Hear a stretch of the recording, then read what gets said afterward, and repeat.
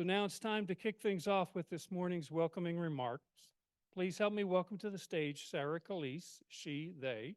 Sarah is a public historian, archivist, and founder of Nashville Queer History. A more complete bio can be found in your program. Please help us welcome Sarah.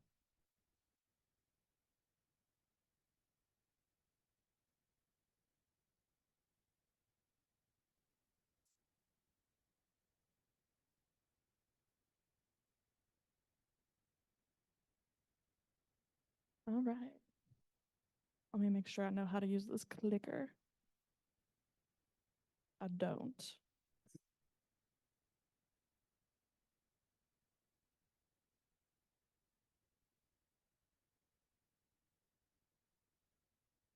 No.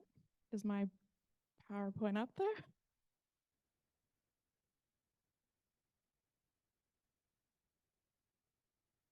Yeah, okay.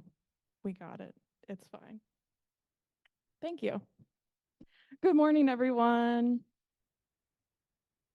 It's great to be back in my old stomping grounds and back at the LGBT plus college conference. I'm here to give a few welcoming remarks for the conference and our theme, All Identities Standing Strong.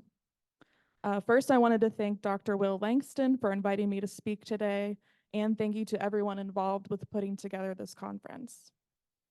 While I was working at MTSU, this conference was always something that I personally looked forward to, so it's really great to be back. And I think I'm a particularly appropriate person to speak today, since the presentations for the next few hours are going to be on research and examination. And researching local LGBTQ history is something I have dedicated a lot of time to lately. Nashville Queer History, for those of you who don't know, is a local community organization I founded back in 2021. And our mission is to research, preserve, and share Middle Tennessee's LGBTQ past. In its earliest phase, Nashville Queer History actually began as a school project.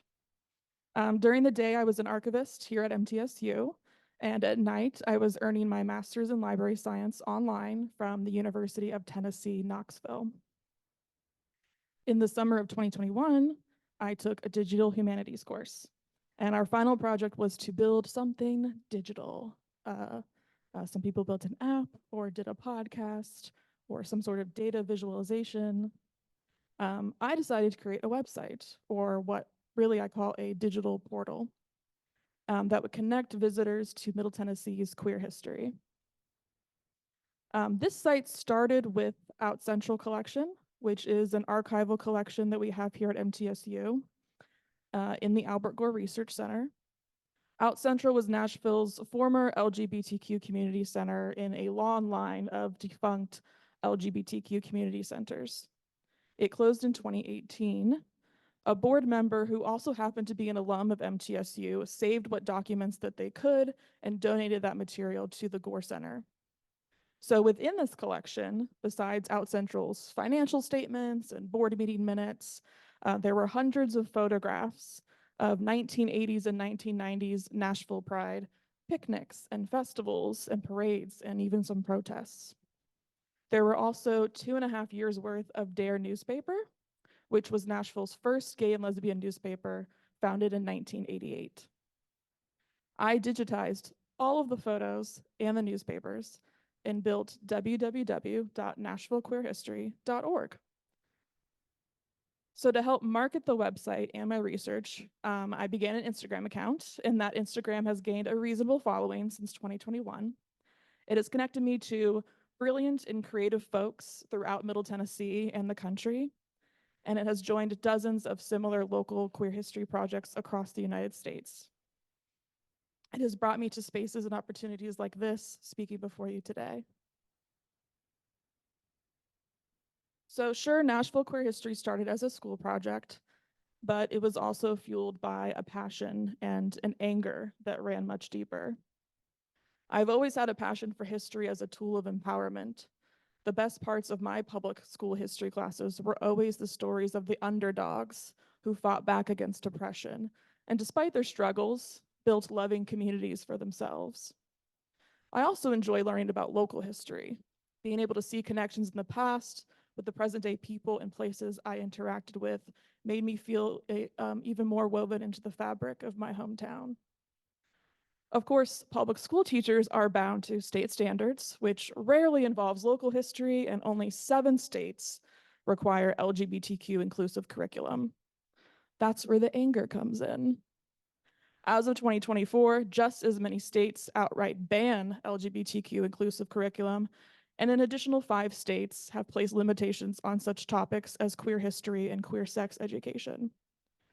In 2021, when I first conceived of Nashville queer history, the Tennessee legislature attempted to ban LGBTQ content in public schools. This bill, and others like it, is why I spent hours breaking my back over a scanner, digitizing all those newspapers and photographs from Out Central. If the government was going to ban queer history, then I was going to make it publicly available online for free for everyone, for every queer youth in the South that was told they didn't belong, thinking they don't have a history and that they don't have queer ancestors who went through and survived the exact same things. One of the reasons I stand strong before you today is because of the blood, sweat, and tears of my and of our queer elders. We are standing strong like Albert DJ Cashier, a transgender man who fought in the Civil War for the Union Army. Albert survived over 40 battles, including the Battle of Nashville, and he earned the respect of his comrades in arms. His fellow soldiers admired him so much that they quickly came to his defense when the government tried to get Albert's army pension back, after it was discovered that he was assigned female at birth. The outpouring of support was so incredible that not only did Albert get to keep his pension, but when he did pass away in 1915, he was buried with full military honors, and his gravestone was inscribed with his chosen name.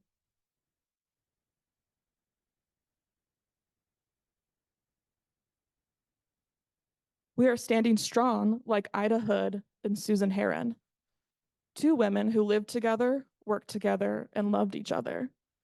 Moving to Tennessee from Philadelphia, Ida and Susan opened Belmont College for Young Women in 1890, where they provided an environment for girls to lead lives of purpose through cultural, intellectual, and social learning at a time when women were treated as second-class citizens.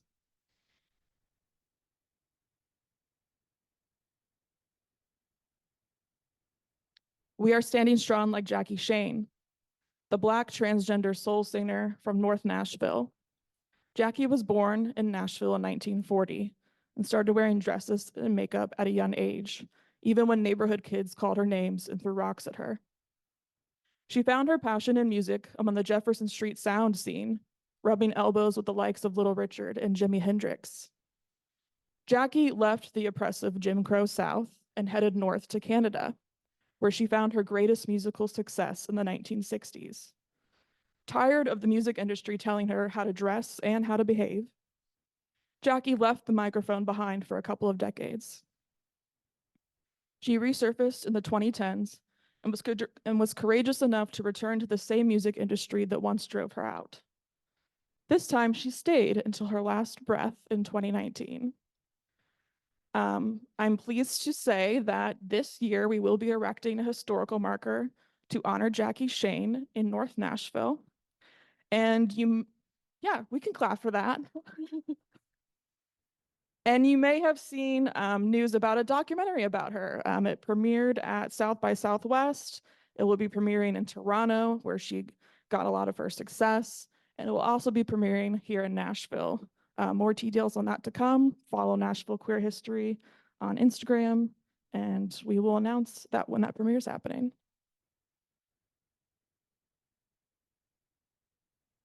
We are standing strong like these participants in what my research shows to be the first public gay rights protest in Nashville's history. It was June 1977, and the members of the gay-affirming Metropolitan Community Church paired up into same-sex couples as they walked hand in hand around Centennial Park. They were being blatantly, purposely, visibly queer at a time when it was illegal to do so. The jail sentence for a crime against nature was anywhere from 5 to 15 years in Tennessee. Despite some harassment from park police, the protesters stood their ground and continued to be a positive force for change and activism within the local LGBTQ community.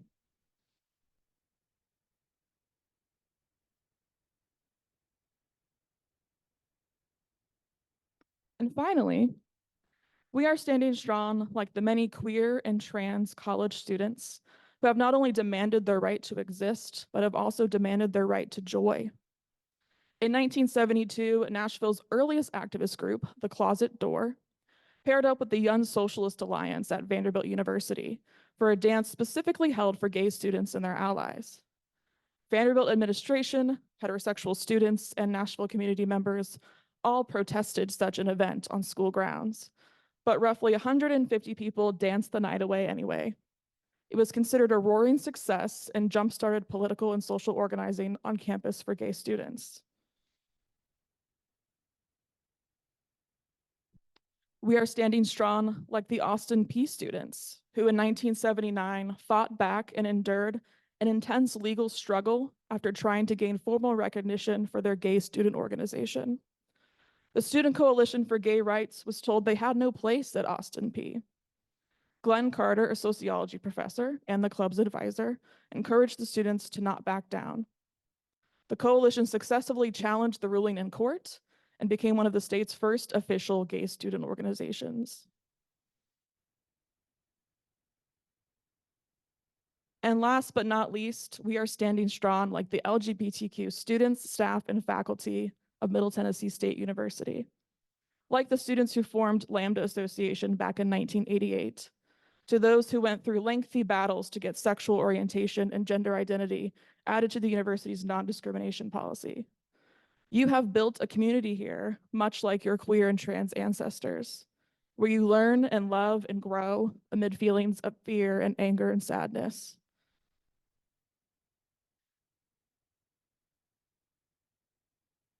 We are standing strong, past to present, linked by the struggles and the happiness of our identities. In the words of Audre Lorde, we are powerful because we have survived. Thank you and enjoy the conference.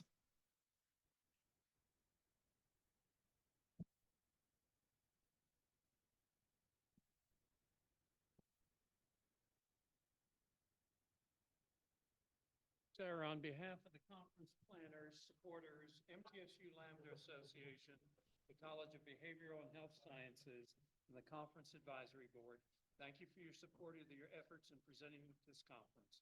We want to especially thank you for your commitment to standing strong, and we ask that you accept this small token of our appreciation.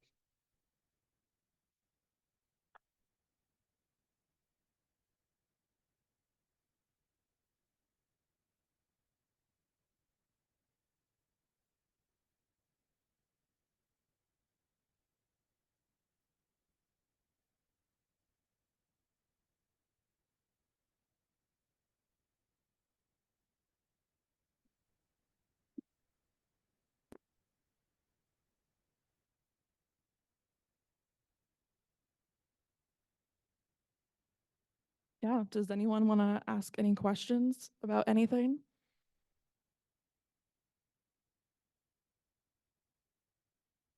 Yes. Yeah, I'll try to do that for sure. The question was, can he have the Jackie Shane documentary for next year's conference? I don't see why not.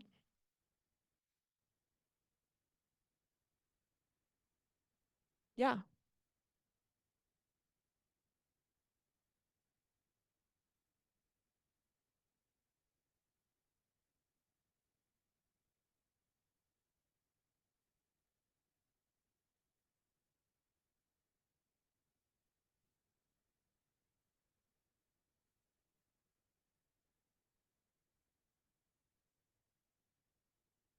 Do that. You want me to say it again? Yeah, sorry. So I just very ineloquently tried to ask, like, if it seems like you somewhat intentionally and somewhat incidentally became the collector of the community's stories, and I know you have a book coming out, but like, how are you managing the sort of in it's not an efficient process. It's probably really hard. You're one person. Like, do you have a team? How are you doing this? Yeah, great question. It is a lot of me. I do have a small dedicated group of volunteers from all over Middle Tennessee. And at one point, one person in Ireland was even helping do some research. Um, yeah, it was difficult for a while. So I started it when I was here at MTSU, and thankfully, my director at the time was supportive of my work, and we went out to Borough Pride and had tables for the Albuquerque Research Center and stuff. But I knew even though it's a short distance, the distance between Murfreesboro and Nashville was difficult for me to reach other people in Nashville. So I was looking for jobs and got a job, thankfully, at Vanderbilt University in their library. And I was initially in cataloging, actually. Complete career move, really, from archives to cataloging. But the head of the library knew about Nashville queer history, and he knew about my work. And he actually approached me and said, would you like to be in special collections? Like, we really think your skills would be better suited there. So yeah, they created a job for me. I'm the first curator of community histories for Vanderbilt. And yeah, thank you. And really the goal of that job, as it was told to me in the beginning, was to counteract all the negativity and vitriol coming from the Tennessee State Legislature, to really focus on collecting and preserving the histories of marginalized communities across Middle Tennessee. So, and obviously, because of my work with Nashville queer history, it was a really quick jump to get people to start donating. People had been waiting for me to kind of be in a position where we're at an institution that wanted to collect this history and had space for it. And then, the fact that they made that job really showed a dedication to the work. Yeah, people have been wanting to give me stuff, for a while, but I just, as an archivist, did not feel ethical or safe for me to keep it in my apartment, right? Who knows if a flood happened or a fire or whatever. I didn't want to be responsible for losing that history. So I really waited until I was in a position where either I had a connection or an attachment to a proper archive. And so that luckily serendipitously came in with Vanderbilt. And yeah, so one of the first collections I brought in was Ron Sanford's papers. If you don't know, Ron Sanford's been in Nashville since the 80s and partly in Atlanta. And he was really involved with the drag community here, as well as Warehouse 28, which was a really influential gay bar in Nashville. It's also getting a historical marker in June. We're going to unveil that. And he donated tons of photographs, tons of video of Miss Gay America, the longest running female impersonator pageant in Nashville's history, actually in the United States history, founded here in Nashville. And he was also really close friends with Bianca Page. If you know Bianca Page, she was a very well-known drag queen from Nashville. She's the first drag queen in America to have a street named after her, Bianca Page Way, up in by Trax nightclub in Nashville. So you look at Nashville, a little progressive there, beating out New York and San Francisco, naming a street after a drag queen. So yeah, we have a lot of her dresses and crowns and tons of photographs and flyers of her stuff.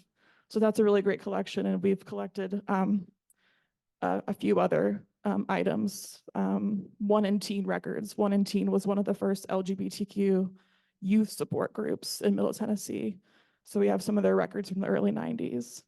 But yeah, it was scary at first to become the person. But I've thankfully built a great community around me and have currently a workplace that is really supportive of the work. So thank you.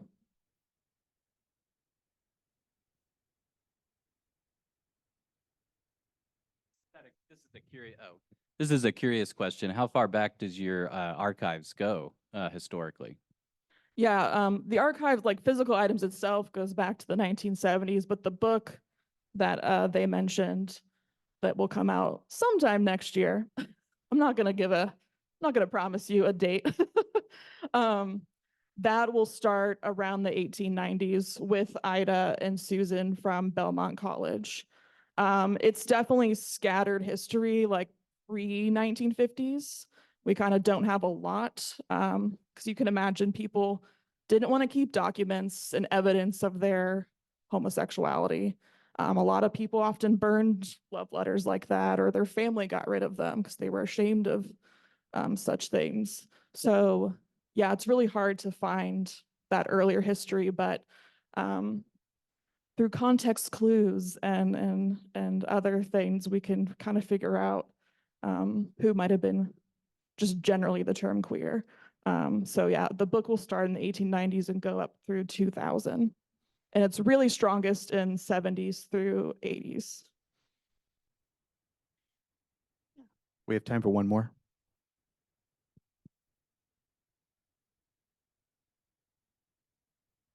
Okay, thank you very much.